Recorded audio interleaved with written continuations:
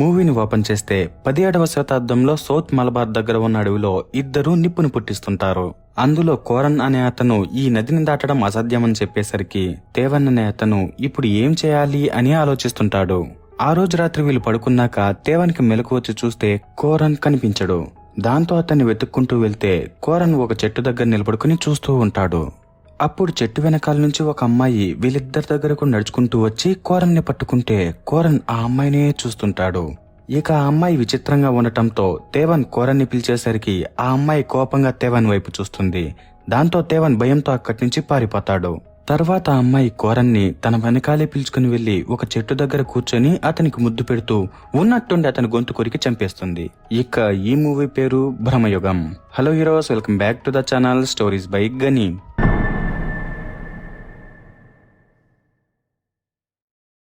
తర్వాత తేవన్ ఒక బండ కింద నిద్రపోయి అతనికి మెలకు వచ్చాక నదిని దాటుతామనుకుంటాడు. కాని ముందరున్న నది చాలా వేగంగా వెళ్తుంటుంది. అలాగే పెద్ద పెద్ద సెలయర్లు కూడా ఉండటంతో దాన్ని దాటడానికి వీలు లేక రిటర్న్ నడుచుకుంటూ వస్తున్నప్పుడు తేవన్ కి అడవిలో ఒక పాడుబడిపోయిన ఇంటి గేట్ కనిపిస్తుంది. తేవన్ అది విచిత్రంగా చూసుకుంటూ ఇంట్లోకి నడుచుకుంటూ వెళ్లి పక్కన కొన్ని కొబ్బరికాయలు కనిపించేసరికి ఆకలితో ఒకదాన్ని పగలగొట్టి తింటుంటాడు. అప్పుడు పక్కన నుంచి మరొకతను, ఎవరు నువ్వు, ఎందుకు వచ్చావు, ఎవరు లేరని దొంగతనం చేస్తున్నావా అనేసరికి తేవన్, నేను నదిని దాటి వెళ్దామనుకున్నాను కానీ దాటలేకపోయాను. దారిలో వెళ్తుంటే ఈ ఇల్లు కనిపించింది, ఆకలిగా ఉంటే కొబ్బరికాయ తీసుకున్నాను, నన్ను క్షమించండి, ఇక నేను వెళ్తాను అంటున్న టైంలో ఆ ఇంటి లోపల నుంచి ఎవరది అనేసరికి వీళ్ళిద్దరూ అక్కడికి వెళ్తారు. అప్పుడు లోపల నుంచి కుడుమన్ పొట్టి అనే ఒక ఆయన బయటికి నడుచుకుంటూ వస్తాడు. కానీ వీళ్ళిద్దరూ ఆయన్ని తలెత్తి చూడరు. తర్వాత ఆయన కుర్చీలో కూర్చుని కిల్లి నమ్ములతో తేవన్ని, తలెత్తి నన్ను చూడు, ఎవరు నువ్వు అని అడిగితే తేవన్, నేను పావన్ రాజ్యంలోని మహారాజు దగ్గర పాటలు పాడేవాడిని. యుద్ధం జరుగుతుండటంతో బ్రతకడానికి పారిపోయాను. కానీ నదిని దాటలేక అడవిలో వెళ్తుంటే ఈ ఇల్లు కనిపించి లోపలికి వచ్చాను అని చెప్తాడు. అది విని కుడుమన్ పొట్టి, అయితే ఒక పాట పాడని చెప్పేసరికి తేవన్ ఒక పాట పాడతాడు. ఆ పాట విని కుడుమన్, నువ్వు ఇక్కడికి రావడం ఇంకా నీ పాట రెండూ నాకు బాగా నచ్చాయి. నువ్వు రాజు దగ్గర ఉండుంటే ఖచ్చితంగా నీకు బంగారం బహుమతులు ఇచ్చేవాళ్ళు. సరేలే, ఇక నుంచి నువ్వు నా దగ్గరే పాటలు పాడుతూ పూర్తిగా మాతో పాటే ఉండిపో అని చెప్పేసరికి తేవన్ కి తాను పొగిడినందుకు ఆనందంగానే ఉంటుంది కానీ పూర్తిగా అక్కడే ఉండిపోమనేసరికి అతను, నేను ఇక్కడే ఉండలేను, తిరిగి వెళ్లిపోవాలి అని చెప్తాడు. దాంతో కుడుమన్, నేను ఇచ్చిన ఆతిథ్యాన్ని తిరస్కరిస్తే నన్ను అగౌరవపరిచినట్టే అని తేవన్కి చెప్పి అలాగే వంటతనితో నువ్వు అతనికి చెప్పు అనేసరికి వంటతను, నువ్వు ఇక్కడే ఉండాలి అని తేవన్కి చెప్తాడు. దాంతో తేవన్ సరేనని ఇంట్లోకి వెళ్తాడు. ఆ ఇల్లు లోపల చూడటానికి ఒక పెద్ద బోతాల బంగ్లా మొత్తం ఉంటుంది. అదంతా తేవన్ గమనిస్తూ లోపలికి వెళ్తున్నప్పుడు వంటతను, ఈ ఇంట్లో ఒక్క రూమ్ ఉన్నట్టు మరొక రూమ్ ఉండదు, 6 తరాలకు ముందు వచ్చిన ఫస్ట్ పొట్టి దీన్ని కట్టించారు, ఇక దక్షిణం వైపుకు మాత్రం ఎవరికి ప్రవేశం లేదు అని చెప్తున్నప్పుడు మిద్దుపై నుంచి సౌండ్స్ వస్తుంటాయి. అప్పుడు తేవన్ భయంతో ఏమిటది అని అడిగితే వంటతను, ఈ ఇల్లు చాలా కాలం నుంచి మూసేసింది కాబట్టి నువ్వు ఇంతకు ముందు ఎప్పుడూ వినని విచిత్రమైన సౌండ్లన్నీ వినిపిస్తాయి, వాటిని వెతుక్కుంటూ మాత్రం ఎట్టి పరిస్థితుల్లోనూ వెళ్లొద్దు, అలాగే అవసరం లేని ప్రశ్నలు కూడా అడగద్దు అని చెప్పి ఉండటానికి ఒక రూమ్ చూపిస్తాడు. తర్వాత వంటతను మళ్ళీ ఇంకోసారి, ఈ ప్యాలెస్ గురించి నీకేం తెలియదు కాబట్టి దీన్ని చూడటానికి మాత్రం తిరగద్దు, ఇక్కడ ఒక ఫిజిషియన్ ఉండేవాడు, అతను దక్షిణం వైపు నిధి ఉందని వెతుక్కుంటూ వెళ్లాడు, కానీ తర్వాత ఎవరూ అతన్ని చూడలేదు, కాబట్టి జాగ్రత్తగా ఉండు అని చెప్పేసి వెళ్లిపోతాడు. తర్వాత తేవన్ అక్కడ ఉన్న నీటిలో స్నానం చేసి కుడుమన్ దగ్గర పాట పాడాక వంటతను తేవన్కి భోజనం తెచ్చిపెట్టేసి వెళ్లిపోతాడు. ఇక కుడుమన్ ఆ భోజనాన్ని తినమని తేవన్కి చెప్పేసరికి తేవన్ భోజనం తింటూ, దేవుడి దయ వల్ల నేను ఇక్కడికి వచ్చి ఉంటూ భోజనం తింటున్నాను అనేసరికి కుడుమనికి చాలా కోపం వచ్చి, నీకు భోజనం పెట్టి ఉండడానికి చోటిచ్చింది నేను, దేవుడికి ఎందుకు థ్యాంక్స్ చెప్తున్నావు అని అరుస్తాడు. దాంతో తేవన్, నన్ను క్షమించండి యజమాని అని గుమ్మునుండిపోతాడు. మరోవైపు వంటతను ఒక గిన్నెలో భోజనం తీసుకుని ఎవరన్నా చూస్తున్నారా లేదా అని గమనిస్తూ ఒక డోర్ ని ఓపెన్ చేసి దాని వెనక ఉన్న మెట్ల గుండా భోజనాన్ని తీసుకుని మిద్దిపైకి వెళ్తాడు. ఇంకోవైపు తేవన్ టాయిలెట్ కి బయటకు వచ్చినప్పుడు అక్కడ వేటినో లోడి పూడ్చినట్టుగా ఉంటుంది. అది చూసి తేవన్ భయపడి ఇంట్లోకి వెళ్లిపోతాడు.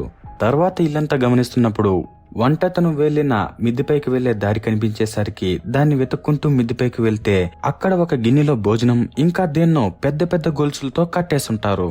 ఆ టైంలో గొలుసుల వెనక నుంచి ఏదో సౌండ్ వస్తున్నట్టుంటే తేవన్ భయంతో అక్కడి నుంచి కిందికి పారిపోతాడు.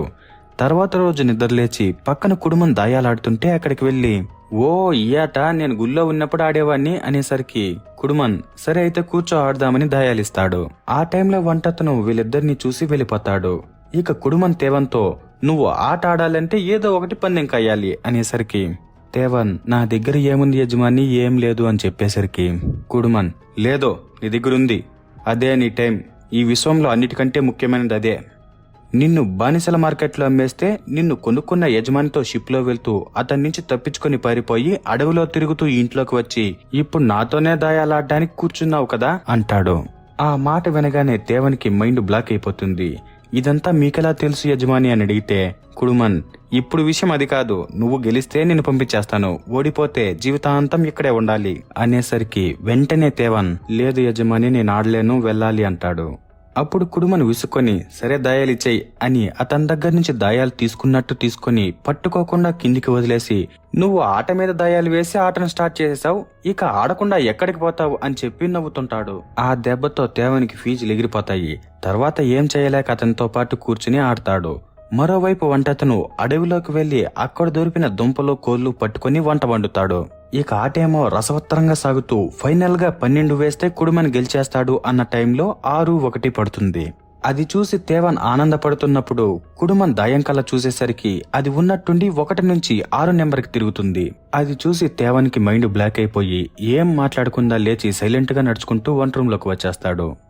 ఇక వంటతనితో మాత్రం ఇవేం చెప్పకుండా మన యజమాని మంచోడే అనేలా చెప్తుంటే వంటతను నవ్వి అతన్ని ఎక్కువగా నమ్మద్దు, అతని నిజ స్వరూపం నీకు తెలియదు అంటాడు. అప్పుడు తేవన్ అలా మాట్లాడద్దు, ఆయన వింటే కోప్పడతారు అనేసరికి వంటతను నేను ఇట్లే మాట్లాడతాను, నాకు చెప్పడానికి నువ్వే ఒకట్రా, అయినా తయారుగా వస్తే తింటా అండావు అనేసరికి తేవన్ నువ్వు కూడా నా మాతోనే అనేలా మాట్లాడి అక్కడి నుంచి వెళ్ళిపోతాడు. ఆ రోజు రాత్రి కుడుమన్ తేవన్ని వంటవాడు నా గురించి ఏమన్నా చెప్పాడా, అసలు నీకు వంటతనికి ఏంటి గొడవ అని అడిగితే ఇతను ఏం లేదు యజమాని అని చెప్తాడు. అప్పుడు కుడుమన్ ఇంటికాడ మీ అమ్మ నీకోసం ఎదురు చూస్తూ ఉందని ఆలోచిస్తున్నావా అని అడిగేసరికి తేవన్ షాక్ అయిపోయి మా అమ్మ గురించి మీకెప్పుడు చెప్పినట్టు నాకు గుర్తులేదు యజమాని అనేసరికి కుడుమన్ నువ్వు ఒకసారి చెప్పావులే అని తర్వాత మళ్ళీ నిన్ను చూస్తుంటే నీకంటే ముందు ఇక్కడున్న ఒక అతను గుర్తొస్తున్నాడు, అతను కూడా నీలాగే తెలివిగా ఉండేవాడు, కానీ ఈ వంటవాడు అతనికి ఏదో చెప్పి అతని మైండ్ మొత్తం చెడగొట్టేశాడు, దాంతో అతను పిచ్చోడ్లా ఈ ప్యాలెస్ అంతా తిరుగుతూ అరుస్తూ ఏడుస్తూ ఉంటే నేనే అతని కథను ముగించాల్సి వచ్చింది, అతన్ని వెనకాలే ఈ వంటతను పాతిపెట్టాడు అని చెప్పేసరికి తేవన్ గుండెకాయలు నీళ్ళైపోతాయి. ఆ టైంలో వంటతను అక్కడికి వస్తే కుడుమన్ నాకింకా భోజనం కావాలి తెచ్చిపెట్టు అని చెప్పేసరికి వంటతను చేసిందంతా తెచ్చిపెట్టాను, ఇక తేవడానికి వంటింట్లో ఏం లేదంటాడు. అప్పుడు కుడుమన్ అతిథి ముందర నన్ను అవమానిస్తున్నావా, చావంటే భయం లేదా, తలదించురా కుక్క ఏంటి చూస్తున్నావని ఇలా మాట్లాడేసరికి వంటతను తలదించకుండా కోపంగా కుడుమని చూస్తుంటాడు. దాంతో కుడుమనికి చాలా కోపం వస్తుంది. ఆ టైంలో ఆ ఇంట్లో ఉన్న వస్తువులన్నీ కదిలిపోతుంటాయి. అలాగే కుడుమన్ తన చేతిని పక్కకు అనగానే వంటతను కుడుమన్ దగ్గరకు వచ్చేస్తాడు. ఆ టైంలో కుడుమన్ అతని గొంతు పట్టుకుని నవ్వుతూ పైకి లేపేసి తర్వాత కొద్దిసేపటికి పక్కకు విసిరేస్తాడు. ఇదంతా చూసిన తేవన్కి భయం ఇంకా ఎక్కువైపోతుంటుంది. తర్వాత అతను వంటతను దగ్గరకు వచ్చి ఈ కుడుమన్ ఎవరు, ఏంటి ఇదంతా అని అడిగేసరికి వంటతను నీకు కుడుమన్ పొట్టి గురించి తెలియాలంటే ఈ ఇల్లు గురించి తెలియాలి, ఎన్నో సంవత్సరాల ముందు ఆధార్వ వేదాలను ఉపయోగించి చూడాలని పొట్టి అనే ఆయన వారాయిని వశం చేసుకుని ఆమె దగ్గర నుంచి ఒక పెట్టెను కానుకగా పొందాడు, అందులో ఒక చేతను ఉన్నింది, అది నీకు ఏ కోరికనైనా తీరుస్తుంది అని దేవి చెప్పేసి మాయమైపోయింది. తర్వాత చూడాలని పొట్టి ఆ చేతన్ని ఒక బానిసలాగా గొలుసులతో బంధించి అతనికి కావలసినవన్నీ చేపించుకుంటూ కొట్టి తిట్టేవాడు. అలా ఉన్నప్పుడు ఒకరోజు అతను ఫుల్లుగా తాగేసి పడుకున్నప్పుడు ఆ చేతన్ అతని దగ్గరికి వెళ్లి దాని నోట్లో నుంచి నరకాన్ని అతనికి చూపించి అతన్ని చంపేసి దాని పూర్తి శక్తిని స్వాధీనం చేసుకుని ఆ ఇంట్లోని వాళ్ళందరినీ చంపేసింది. తర్వాత ఎంతో మంది దాన్ని బంధిద్దామని చూశారు, కానీ అది అందరినీ చంపేసింది. ఫైనల్ గా ఒకరోజు ఈ ఆస్తికి ఆఖరి వారసుడైన కుడుమన్ పొట్టి ఈ ఇంటికి వచ్చి చేతన్ని బంధించాడు. ఇక నువ్వు రోజు రాత్రిలో లేచి ఇల్లంతా తిరిగావంటే నీకోసం కూడా నేను ఒక గొయ్యి తవ్వాలి అని చెప్తాడు. ఇంకోవైపు కుడుమన్ పొట్టి పూజ రూమ్ లో కూర్చుని ఒళ్ళంతా బూడిద పూసుకుంటుంటే మరోవైపు అడవిలో కనిపించిన అమ్మాయి అతని దగ్గరకు వెళ్తుంది. తను ఒక యక్షిని. వీళ్ళిద్దరినీ తేవన్ చూస్తున్న టైంలో ఆ అమ్మాయి తేవన్ వైపు చూసేసరికి అతను వెంటనే అక్కడి నుంచి పారిపోయి లోపలికి వచ్చి తలుపులు వేసుకుని నిద్రపోతాడు. తెల్లవారి లేచి చూస్తే కుడుమన్ పొట్టి బయట తిరుగుతుంటాడు. దాంతో ఇక ఇక్కడ ఉండలేమని తేవన్ వంటతని దగ్గరికి వెళ్లి మనిద్దరం ఇప్పుడే ఇక్కడి నుంచి బయటకు వెళ్ళిపోదాం రా అంటే అతను నాకు పనుంది సతాయించద్దు అనే లెక్కలో మాట్లాడతాడు. దాంతో తేవన్ సరే నేను ఒక్కడనే వెళ్ళిపోతాను అనే లెక్కలో లోపలికి వెళ్లి బ్యాగ్ తీసుకుంటున్నప్పుడు ఉన్నట్టుండి కుడుమన్ అక్కడికి వచ్చి నువ్వు చెప్పకుండా ఎక్కడికి వెళ్ళిపోతున్నావు అని అడిగేసరికి అతను ఇంటి దగ్గర అమ్మ ఉంది, ఒకసారి చూసి వస్తానంటాడు. అప్పుడు కుడుమన్, నువ్వు వెళ్లాలంటే నిన్నెవరో ఆపరు కాని ఇంత వర్షంలో ఎలా వెళ్తావు అని అడుగుతాడు. ఆ మాట అనగానే ఉన్నట్టుండి అక్కడ భయంకరమైన వర్షం స్టార్ట్ అవుతుంది. అది చూసి తేవన్ షాక్ లో ఉండి రాత్రి కూడా భోజనం తినకుండా ఉంటే కుడుమన్, ఈ వర్షం త్వరగా తగ్గుతుందని చెప్పలేము, కొన్నిసార్లు వారాలు, నెలలు, సంవత్సరాలు కూడా పడుతూనే ఉంటుంది.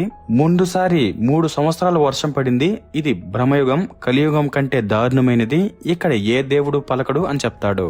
ఇలా వీళ్ళిద్దరూ మాట్లాడుకుంటున్నప్పుడు తేవన్ అక్కడి నుంచి వెళ్లిపోవాలి అనేలా చెప్తుంటే కుడుమన్ కి కోపం వచ్చి, నువ్వు అందరిలా కాదనుకున్నా కానీ వాళ్ళలాగే నీకు కూడా భయం భయం, నీ ఉనికి నాకు భరించరానిదిగా మారుతోంది, ఇక నుంచి నువ్వు ఏ పాట పాడద్దు అని అరిచి వెళ్లిపోతాడు. దాంతో తేవన్ ఒంటరిగా ఉంటే తర్వాత వంటతను తేవన్ కి మందు ఇచ్చి తాగు అని చెప్పాక తేవన్ అది తాగి, మా అమ్మ ఎంతో కష్టపడి పూలు నమ్మి నాకు ఈ కమ్మ తీసిచ్చింది, ఇప్పుడు నేను ఎక్కడున్నానో వస్తానో రానో కూడా తెలియకుండా నా కోసం ఎదురు చూస్తూ ఉంటుంది అని చెప్పి, ఇంతటికి మీ ఫ్యామిలీ గురించి చెప్పు అని అడిగితే వంటతను, నాకు ఎవరూ లేరు, నేను ఒంటరివాడిని అంటాడు. తర్వాత వీళ్ళు పడుకున్నాక తేవన్ ఉన్న రూమ్ దగ్గరికి గొలుసుతో కట్టేసిన చేతన్ వస్తుంది. అది 2 పెద్ద కొమ్ములున్న కిరీటంతో చాలా భయంకరంగా ఉంటుంది. దాన్ని చూడగానే ఇతను భయపడిపోయి వెంటనే నిద్రలేచేస్తాడు. తర్వాత ఇతను వంటతను ఎక్కడున్నాడా అని చూస్తుంటే అతను పక్కన ఒక గొయ్యిలోడుతుంటాడు. ఇక తేవన్ అక్కడికి వెళ్లి ఎందుకోసం గొయ్యిలోడుతున్నావు అని అడిగితే వంటతను ఏం చెప్పకుండా ఆయాసపడుతుంటాడు. దాంతో ఇతనికి భయం ఎక్కువైపోయి అక్కడి నుంచి పారిపోదామని పరిగెత్తుకుంటూ గేటు దగ్గరికి వచ్చేస్తుంటాడు. కానీ గేటుకు దగ్గరయ్యే కొద్దీ అతను నడవలేకుండా కడుపు నొప్పితో నోట్లోంచి రక్తం వాంతులవుతుంటాయి. దాంతో తేవన్ రిటర్న్ పాక్కుంటూ దేక్కుంటూ ఇంటి దగ్గరికి వెళ్తే అక్కడ కుడుమన్, ఇక్కడి నుంచి వెళ్లడానికి నీకు పర్మిషన్ ఎవరిచ్చారో, నువ్వు వెళ్లాలంటే నన్ను అడుగుండాలి అనేసరికి తేవన్, తప్పైపోయింది, క్షమించండి యజమాని, నన్ను వెళ్లడానికి అనుమతించండి అని అడుగుతాడు. కానీ కుడుమన్ ఒప్పుకోకుండా ఉంటే తేవన్ కుడుమన్ కాళ్ళు పట్టుకుని మరీ అడుగుతాడు. అప్పుడు కుడుమన్ ఆనందపడి, నీకు నేను పర్మిషన్ ఇవ్వడం లేదు అని చెప్పి నవ్వుకుంటూ ఉంటాడు. ఇక అడవిలో వర్షం ఎక్కడా పడదు, కేవలం ఈ ఇంటి దగ్గర మాత్రమే పడుతుంటుంది. తర్వాత వంటతను తేవంతో, ఈ గేటు దాటి ఎవరూ బయటకు వెళ్లలేరు, ఇది ఒక ఉచ్చు, ఇందులోకి వచ్చిన వాళ్ళ జ్ఞాపకాలన్నీ రాను రాను చెరిగిపోతుంటాయి, నువ్వు ఇక్కడికి ఎప్పుడు వచ్చావో, నీ పేరేంటో, లేకుంటే కనీసం మీ అమ్మ పేరేంటో అన్నా గుర్తుందా అని అడిగితే తేవన్, నాకు ఏదీ గుర్తులేదు, అసలు ఏం జరుగుతుందో అర్థం కూడా కావడం లేదు అని చెప్పేసరికి వంటతను తేవన్ కడుపు నొప్పి తగ్గటానికి ఏదో నూరి మింగమని ఇచ్చి, నీకు చెప్తే అర్థం కాదు, నాతో రా చూపిస్తాను అని మిద్దిపైకి పిలుచుకుని వెళ్లి, మనలాగే ఇతను కూడా ఇక్కడికి వచ్చి చిక్కుకుపోయాడు, ఇతనే ఈ ఆస్తికి వారసుడు, చేతన్ని బంధించడానికి ఇక్కడికి వచ్చాక రాను రాను తను ఎవరో ఎందుకు వచ్చాడో కూడా మర్చిపోయి పిచ్చి పిచ్చిగా ఉంటే తర్వాత అతన్ని గొలుసులతో కట్టేయాల్సి వచ్చింది, ఇతనే అసలైన కుడుమన్ పొట్టి అని చెప్పేసరికి తేవన్ కుడుమన్ పొట్టి మీద ఉన్న గుడ్డను తీసి చూసి ఫుల్ షాక్ అయిపోతాడు. నిజానికి ఇన్ని రోజులు వీళ్లతో పాటు బయట తిరుగుతూ ఉన్నది చేతన్, అది కుడుమన్ పొట్టి రూపంలో బయట తిరుగుతూ ఉంది, అంటే గొర్రె ముసుగులో ఉన్న తోడేలులాగా. అలాగే అది దేవుడు సృష్టించిన జీవి, దానికి హృదయం లేదు, దాని శక్తితో ప్యాలెస్ చుట్టుపక్కల ఉన్నదంతా అది కంట్రోల్ చేస్తుంటుంది. అలాగే ఇక్కడికి వచ్చిన వాళ్ళు బయటికి మళ్లీ వెళ్లేరు అని చెప్తాడు. తర్వాత వీళ్ళు కుడుమన్ పొట్టి శవాన్ని తీసుకువెళ్లి పాతి పెట్టేస్తారు. ఆ తర్వాత మళ్లీ వంటతను తేవంతో, ఇక్కడి నుంచి వెళ్లడానికి ఒకే ఒక్క దారి ఉంది, ఈ ఇంట్లో ఒక సీక్రెట్ ఛాంబర్ లో ఆగకుండా వెలుగుతున్న దీపాన్ని ఆర్పేయాలి అంటాడు. అప్పుడు తేవన్ అది ఎక్కడ ఉంది అని అడిగితే వంటతను, నేను దానికోసం ఇల్లంతా వెతికాను, దక్షిణం వైపున్న ధాన్యం ఉండే రూమ్ లో ధాన్యం కిందన ఒక సీక్రెట్ డోర్ ఉంది, దాన్ని ఓపెన్ చేసి అక్కడున్న మెట్ల ద్వారా కిందికి వెళ్తే అక్కడ మరొక పెద్ద బీగంతో డోర్ కనిపించింది, ఆ బీగం సందులో చూశాక నాకు లోపల ఆరిపోకుండా మలుగుతున్న దీపం కనిపించింది, కానీ దాన్ని ఎవరూ చేరుకోకుండా పైన చేతన్ ఎప్పుడూ కాపలా కాస్తూనే ఉంటుంది, ఒకవేళ దాన్ని మేనేజ్ చేసి వెళ్దామన్నా కూడా ఆ రూమ్ తాళం చెవి ఎక్కడుందో నాకు తెలియదు అని చెప్తాడు. అదంతా విని తేవన్, ఆ తాళం ఎక్కడుందో మనకు తెలియకపోవచ్చు కానీ కుడుమన్ పొట్టిలా ఉన్న చేతన్కి తెలుస్తుంది కదా అని తర్వాత అతని దగ్గరికి వెళ్లి, మనమిద్దరం దయాలాడదాం రండి యజమాని, నేను ఒక తాళాన్ని పందెం కాస్తాను అని చెప్పేసరికి కుడుమన్ కి డౌట్ వచ్చి నడుం దగ్గర చెక్ చేసుకుంటాడు. ఆ విషయాన్ని తేవన్ గమనిస్తాడు. ఇక కుడుమన్, ఏ తాళం గురించి మాట్లాడుతున్నావు అంటే తేవన్, నా స్వేచ్ఛ అనే తాళం మీ దగ్గర ఉంది కదా, నాకు ఇంకో ఛాన్స్ ఇవ్వండి, నేను ఈసారి గెలుస్తాను అని చెప్పేసరికి కుడుమన్, అలా రెండో ఛాన్స్ అంతా ఎవరో అని నవ్వుకుంటూ వెళ్ళిపోతాడు. ఆ తర్వాత తేవన్ తాళం గురించి వంటతనికి చెప్తాడు. ఇక తాళాన్ని ఎలా తీసుకోవాలి, ఎలా తప్పించుకోవాలని ఆలోచిస్తున్నప్పుడు తేవన్ కి ఒక ఐడియా వచ్చి వంటతన్తో, నువ్వు ఒక మంచి వంట చెయ్యి, అతనికి ఫుల్లుగా తాపించి తినిపించేద్దాము, తర్వాత అతను పడుకున్నప్పుడు మనం తాళం తీసుకుందాము అని చెప్తాడు. దానికి వంటతన్ సరేనని వంట చేస్తూ అలాగే పక్కన ఏవో పొట్లాలు కడుతూ ఇంకా మాంసం కోసం పక్కన అతను వేసిన ఉచ్చు దగ్గరికి వెళ్తే అక్కడ ఒక ఎలుక లాంటిది పడి ఉంటుంది. దాన్ని చూసి ఆనందంగా తీసుకువెళ్లి వంట వండుతున్నప్పుడు వెనకాల కుడుమన్ వచ్చి నా అనుమతి లేకుండా నా మద్యాన్ని వాడికెందుకు ఇచ్చావని గొంతు పట్టుకుంటాడు. అప్పుడు వంటతను నన్ను క్షమించండి, ఇంకోసారి మళ్లీ జరగదు అని చెప్పేసరికి కుడుమన్ సరేనని వెళ్ళిపోతాడు. ఆ రోజు రాత్రి కుడుమన్ ఫుల్లుగా భోజనం తినేసి మందు తాగేసి అలాగే తేవన్ పాడిన పాటను ఆస్వాదిస్తూ పడుకునేస్తాడు. అప్పుడు తేవన్ కుడుమన్ కి మత్తు ఎక్కని తర్వాత వద్దామని వంట రూమ్ లోకి వచ్చి కొద్దిసేపులు వెయిట్ చేసి తర్వాత సేఫ్టీ కోసం ఒక కత్తిని తీసుకుని కుడుమన్ దగ్గరికి వెళ్లి తాళం కోసం వెతుకుతాడు. కానీ ఆ టైంలో కుడుమన్ నిద్రపోకుండా మేల్కొనే ఉంటాడు.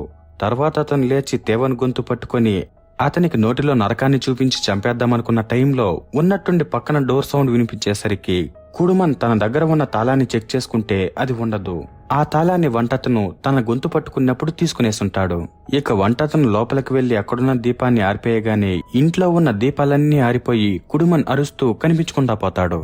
అది చూసిన తేవన్ తర్వాత కుడుమన్ పూజ చేసుకునే రూమ్ లోకి వెళ్ళినప్పుడు వంటతను అక్కడికొచ్చి ఆ పక్కనుండేదే వారాహి ఇచ్చిన పెట్టినని చూపించేసరికి తేవన్ కి కోపం వచ్చి నువ్వు నన్ను బలిద్దామనుకున్నావా అని అతనితో గొడవ వేసుకుంటాడు. అప్పుడు వంటతను దీనికంతా ఇప్పుడు టైం కాదు అంటున్నప్పుడు పక్కన నుంచి ఏదో సౌండ్ వినిపిస్తుంది.